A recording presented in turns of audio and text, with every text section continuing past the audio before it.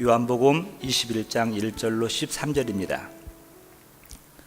그 후에 예수께서 디베랴 호수에서 또 제자들에게 자기를 나타내셨으니 나타내신 일은 이러하니라.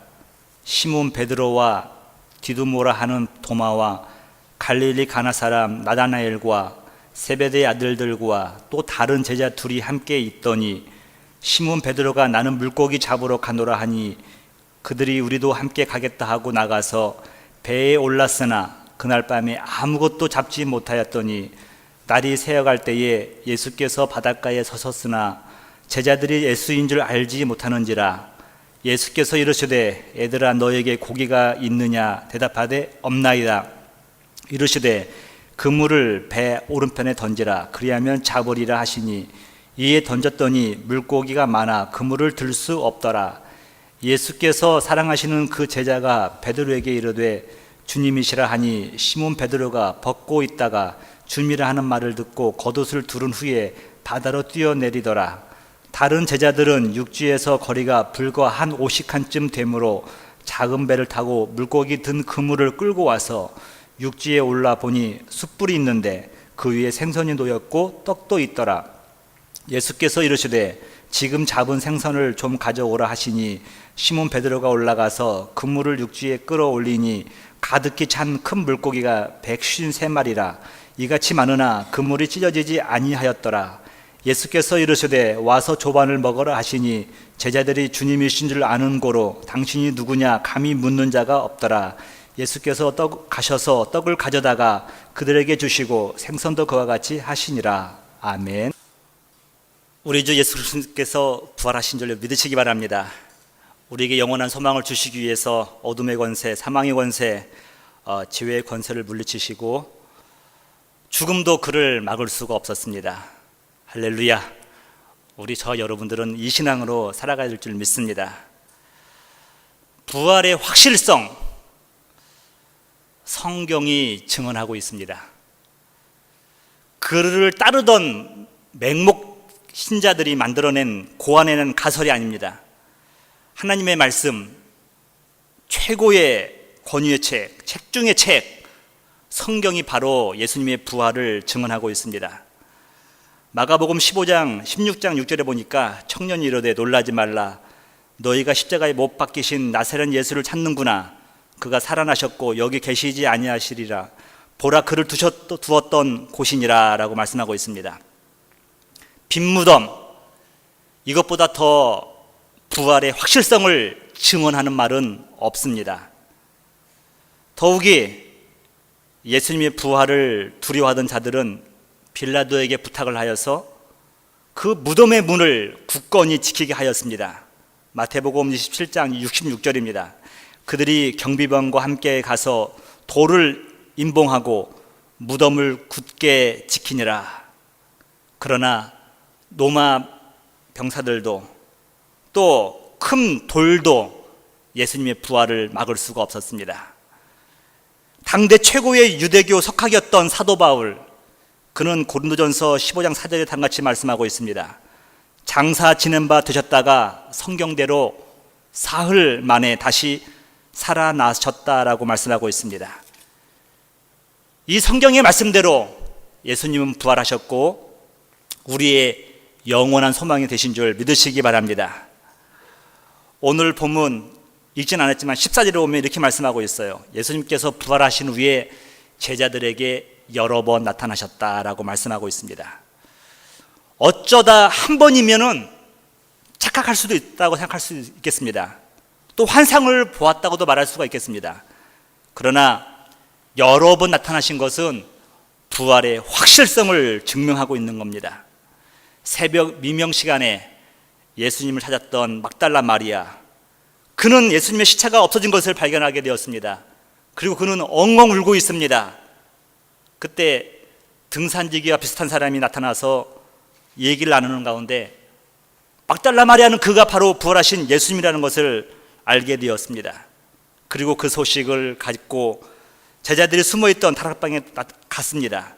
그때 주님도 함께 그들 나타나셔서 두 번째로 부활하신 후에 제자들에게 모습을 보여주셨습니다. 그때 잊지 않았던 도마는 예수님의 부활에 대해서 의심을 하게 된 것입니다. 여러분, 성경 요한 기자는 이 부활 사건을 기록한 분명한 이유가 있다고 요한복음 20장에 이렇게 말씀하고 있습니다. 예수께서 제자들 앞에서 이 책에 기록되지 아니한 다른 표적도 많이 행하셨으나 오직 이것을 기록함은, 여러분, 오직 이것, 넓게 보면은 요한복음 전체를 말하고 성경 전체를 말하기도 하죠. 작게 보면은 예수님의 부활 사건을 말하기도 합니다. 이것을 기록함은 너희로 예수께서 하나님의 아들 그리스도이심을 믿게 하려 함이요 또 너희로 믿고 그 이름을 힘입어 생명을 얻게 하려 함이다라고 말씀하고 있어요. 그러니까 부활하신 예수님은 저와 여러분들에게 영생을 주시기 위해서 나타나셨다라고 말씀하고 있습니다. 그리고 오늘 우리가 본문 읽었던 세 번째 만남, 디베랴 호수에서 7명의 제자가 열심히 그물질을 하고 있습니다. 근데 우리가 여기서 주목해야 될 점이 하나 있는데 그게 뭐냐면 이거예요. 우리 주님은 항상 먼저 찾아오시는 분으로 묘사되고 있다는 것입니다. 성육신, 인카네이션도 하나님께서 친히 인간의 몸으로 우리 인간을 찾아오신 겁니다. 부활하신 주님이 디베랴 호숫가에서 고기를 잡고 있는 제자들을 먼저 찾아오셨습니다. 이 예수님이 지금 예배를 드리는 저와 여러분에게 찾아오신 줄 저는 믿습니다. 주님께서 찾아오시사 다시 한번 우리 가운데 신앙을 주시고 회복시키시고 우리로 하여금 주님 맡겨주신 일을 감당할 능력을 주시는 줄 믿습니다. 여러분, 성공하거나 누군가 잘 나갈 때는 많은 사람들 찾아옵니다. 하지만 인생의 실패를 맛보거나 실패 중에 있는 사람들, 또 시리에 빠진 사람들을 찾아가기란 여간 쉽지 않습니다.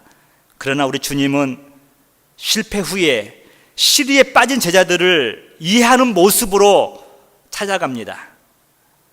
우리 예수님께서는 위로가 필요한 자들에게 찾아가시는 분입니다. 여러분, 우리 자녀들이 예를 들어서 참 어려운 삶을 살아가고 있는 거예요.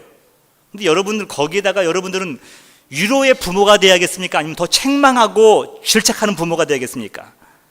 여러분, 힘들고 어렵고 그가 괴로워할 때는 모든 부모들은 먼저 위로자가 되어야 될 것입니다. 그런데 지혜롭지 못한 부모들은 그때 질책하고 야단치거든요. 근데 우리 예수님은 다른 겁니다. 제자들이 실패했을 때, 예수님을 부인하고 떠나갔을 때 그들 만나서 그들의 마음을 이해하시는 거예요. 여러분, 어려움 당해서 씨름하고 있는 성도라든가 주위에 사람들이 있을 때 여러분들은 그들을 먼저 이해하려고 노력을 얼마나 하십니까? 예수님은 전적으로 그를 먼저 이해하시는 거예요. 그가 잘했다 못했다 이걸 따지기 전에 그에게 위로가 필요하기 때문에 위로를 하시는 겁니다. 이러한 분이시기에 우리 예수님은 하늘 보좌를 내려놓으시고 죄인의 모습으로서 이 땅에 오실 수 있었던 겁니다. 사람들은 자기가 빛날 곳을 찾아 헤맵니다. 하지만 예수님은 당신 때문에 죄인들이 살아나고 또 죄인들이 하나님께 영광을 받고 그러한 장소를 찾아가시는 분이 바로 예수님이십니다. 소망 없는 자에게 찾아가셔서 소망을 주시고 그를 이렇게 세우시기 위해서 찾아가시는 분으로 오늘 본문에서는 묘사되고 있습니다. 더욱더 은혜로운 것은 뭐냐면 부활하신 후에 우리 생각에는 예수님이 좀 더 신령해지고 좀 더 어떤 신령한 모습으로 변할 것 같은 생각이 드는데 생전의 모습, 십자가에서 죽으시기 전에 그 모습으로 찾아오셨다는 겁니다. 여러분, 사람들은 조금만 잘 나가고 잘 되어도 변하기가 십상입니다. 참 우리 개척교회 하시는 목사님들 중에서 참 교회가 어렸을 때는 참 겸손했는데 교회가 좀 부흥한 다음에 안타깝지만 뭐부터 달라지냐면 전화가 직통으로 연결이 안 돼요. 항상 누구를 통해야 전화가 되더라고요. 그런 거 보면서 사람이랑 이렇게 변하는구나. 뭐 이유가 있겠지. 바쁘니까 어쩔 수 없다고 말을 하죠. 근데 예수님은 부활하신 후에도 여전한 모습으로 변하지 않는 모습으로 제자들을 찾아오시는 것을 우리가 발견하게 됩니다. 예수님은 항상 변함없으신 분이에요. 그러기에 신실하신 분이라고 성경에서는 말씀하고 있습니다. 고기 잡는 제자들은 만나주신 예수님, 십자가를 지시기 전에 그 모습 그대로 오신 거예요. 아니, 더 겸손하시고 섬기는 분으로 실패한 제자들을 찾아오신 예수님, 여전히 그분이 제자들을 사랑하셨던 것처럼 저와 여러분을 사랑하시고 우리를 긍휼히 여기시는 부활하신 주님이신 걸 믿으시기 바랍니다. 내가 울 때 함께 우시는 분이에요. 또 내가 기뻐할 때 함께 웃어주실 수 있는 분, 바로 부활의 주님입니다. 제자들은 3년 만에 그물을 또 잡았습니다.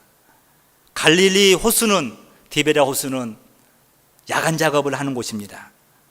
근데 그들이 밤이 맞도록 수고를 했지만 그들은 실패의 삶을 살았습니다.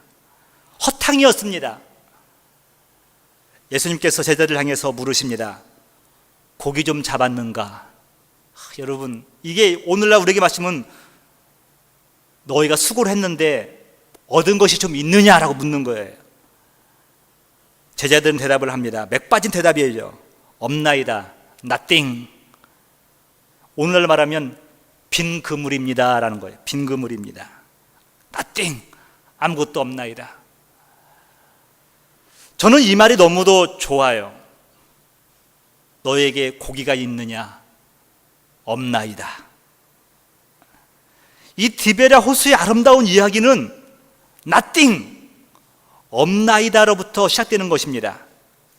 한마디로 말해서 빈 그물, 실패, 밤새도록 수고했지만 nothing, 여기서부터 아름다운 이야기는 출발하는 겁니다.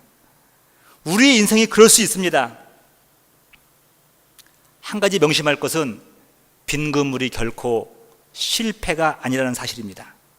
오히려 이 빈 그물은, nothing은 예수님을 만날 수 있는 찬스예요.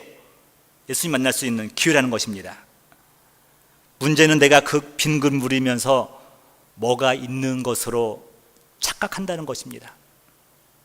여러분, 우리 젊은이들이 이런 착각을 많이 하는 것 같아요. 부모의 눈으로, 기성세대 눈으로 볼 때는 그들이 빈 그물이에요. 빈 그물인데 그들은 건강이 있다고 착각을 합니다. 젊음이 있다고, 힘이 있다고 착각을 하는 거예요. 하지만 그것들이 그들을 얼마나 윤택하게 합니까? 사람이 자기가 빈 그물이면서 빈 그물인 줄 모르는 것만큼 비참한 것은 없습니다. 근데 제자들의 축복은 이거예요. nothing, 없나이다. 자기가 빈 그물인 걸 알았던 거예요. 여러분, 성경 전체의 핵심을 보니까 인생의 빈 그릇 때문에 수지 맞은 사람들이 너무도 많아요. 다른 말로 하면 하나님의 능력을 경험한 사람이 많다는 겁니다. 바로의 강팍함, 이것 때문에 모세와 이스라엘 백성들은 하나님께서 10가지 재앙을 내리는 것을 경험합니다. 그들 앞에 홍해가 가로막혀 있습니다. nothing이에요. 없나이다예요. 그것 때문에 홍해가 갈라지고 마른 땅을 건너가는 기적을 경험하죠. 사막에서 처절한 목마름이 있었기에 바위에서 솟아나는 생수를 마실 수가 있었습니다. 극심한 추위와 굶주림이 있었기에 그들은 오병이어 기적을 경험할 수가 있었습니다. 자식이 귀신 들려 물과 불로 뛰어 들어갈 때 그 사람의 손은 nothing이에요. 그런데 그 자식 때문에 아버지의 간절한 소원이 주님 앞으로 나오게 되는 겁니다. 제자들이 빈 그물이었기에 오른편에 던지라는 그 말이 들리는 겁니다. 여러분, 왜 주님의 말씀이, 음성이 왜 안 들립니까? 우리가 착각하고 있는 거예요.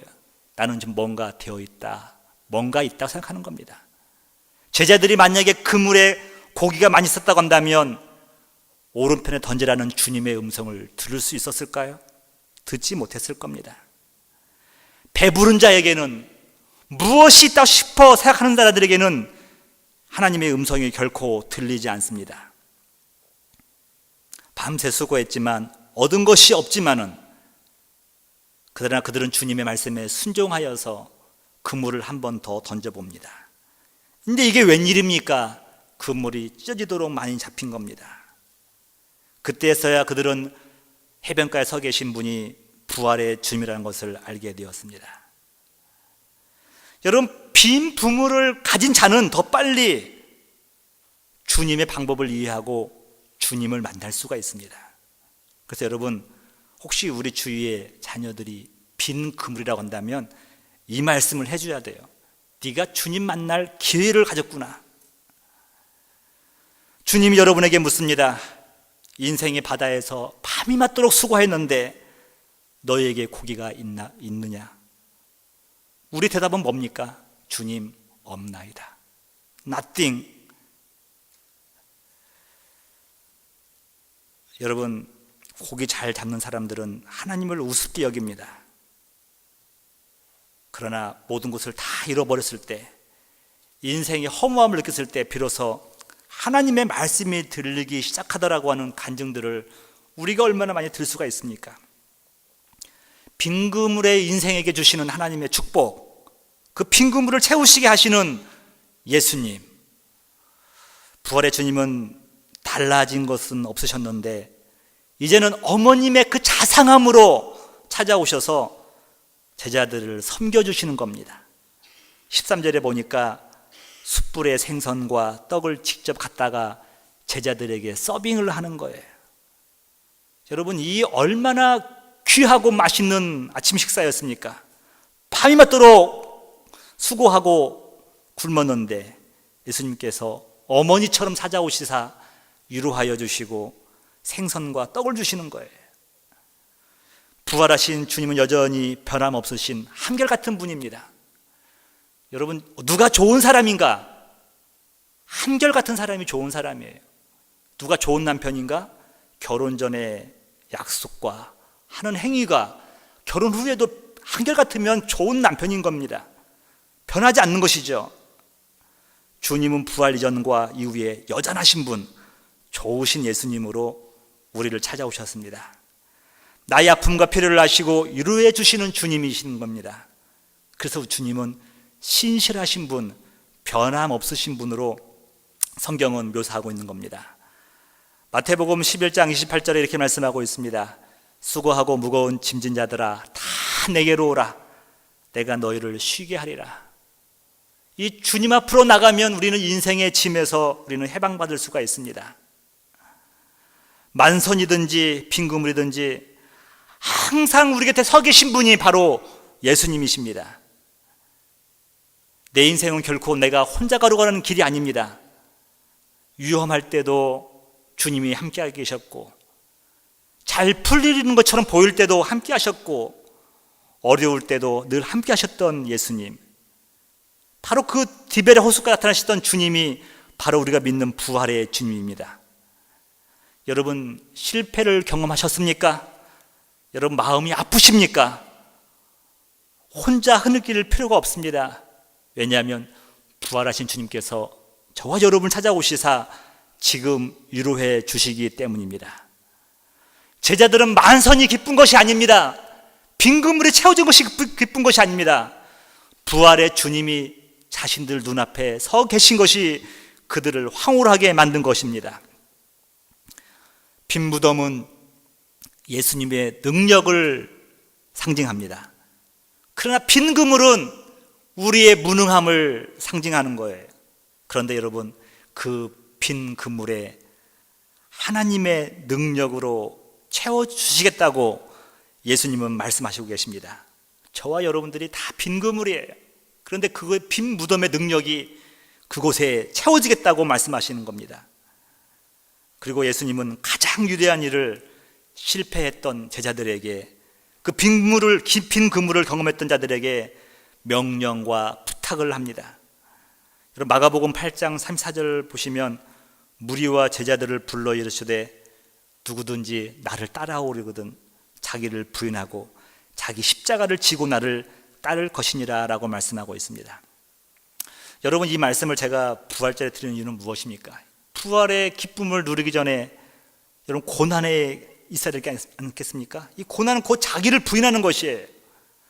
자기를 부인하는 삶이 얼마나 어려운 것인가, 또 그것이 내용이 무엇인가를 보여주는 좋은 예가 있어서 제가 여러분에게 잠깐 소개하려고 합니다. 제가 미국에 막 오던 해였던 것 같아요. 와서 얼마 되지 않아서 그 펜실베이니아 랭커스트 아미쉬 마을에서 있었던 일입니다.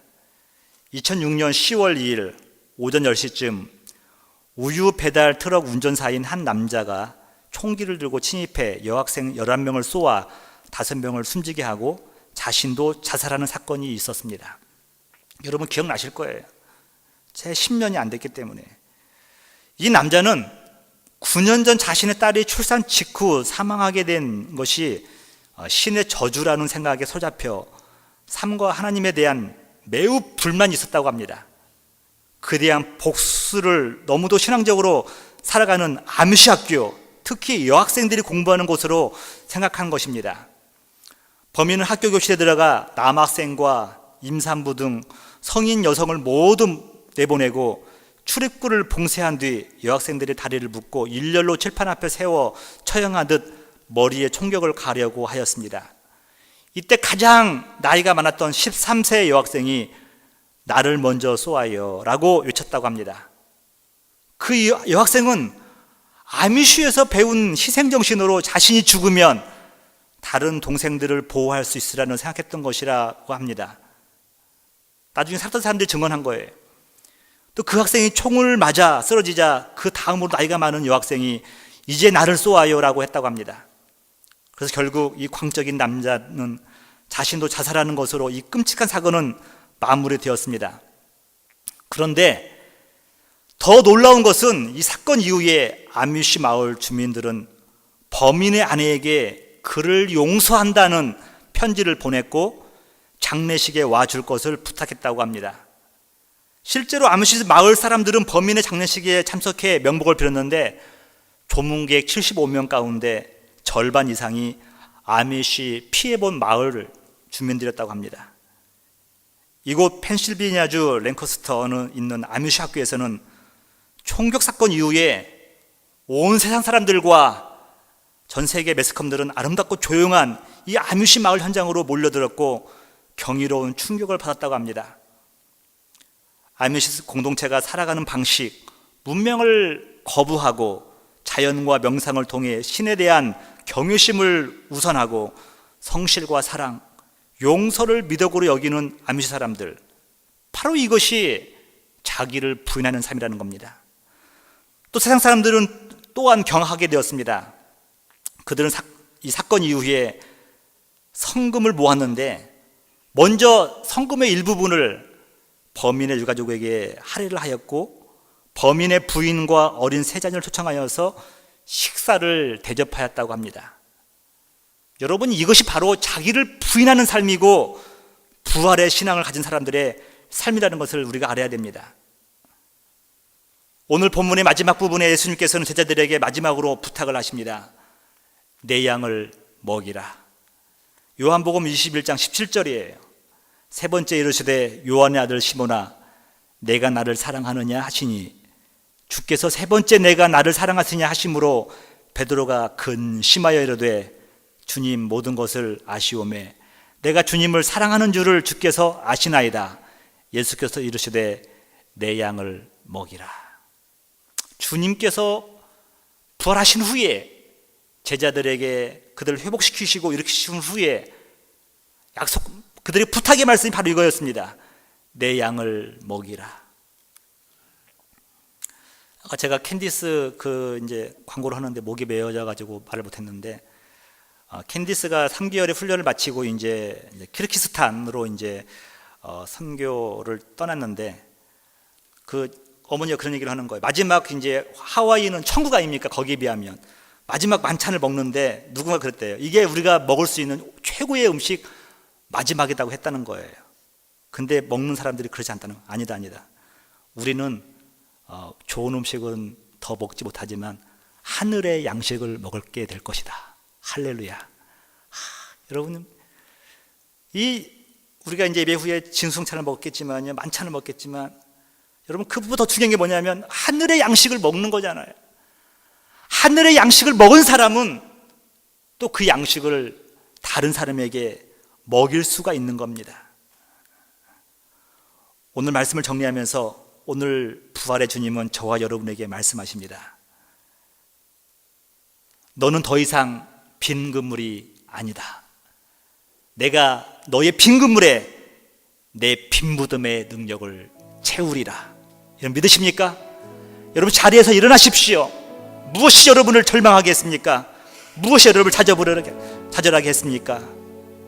여러분 무엇이 여러분을 낭망하게 했습니까? Nothing.